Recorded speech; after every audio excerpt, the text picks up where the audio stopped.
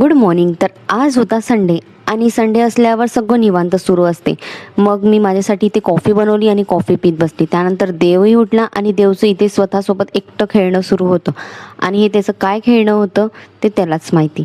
त्यानंतर मी नाश्त्यासाठी बनवल्या होते शेवळ्या आणि ह्या फोडणीच्या शेवळ्या मला खूप आवडतात आणि नेहमी मी घरी बनवलेल्या शेवळ्याचे बनवते, पण यावेळी ते संपले होते त्यामुळे हे बाहेरून जे नायलॉन येतात ना त्याचे मी गरम गरम छान प्लेटमध्ये काढले आणि आम्ही सर्वांनी बसून मस्त नाश्ता केला.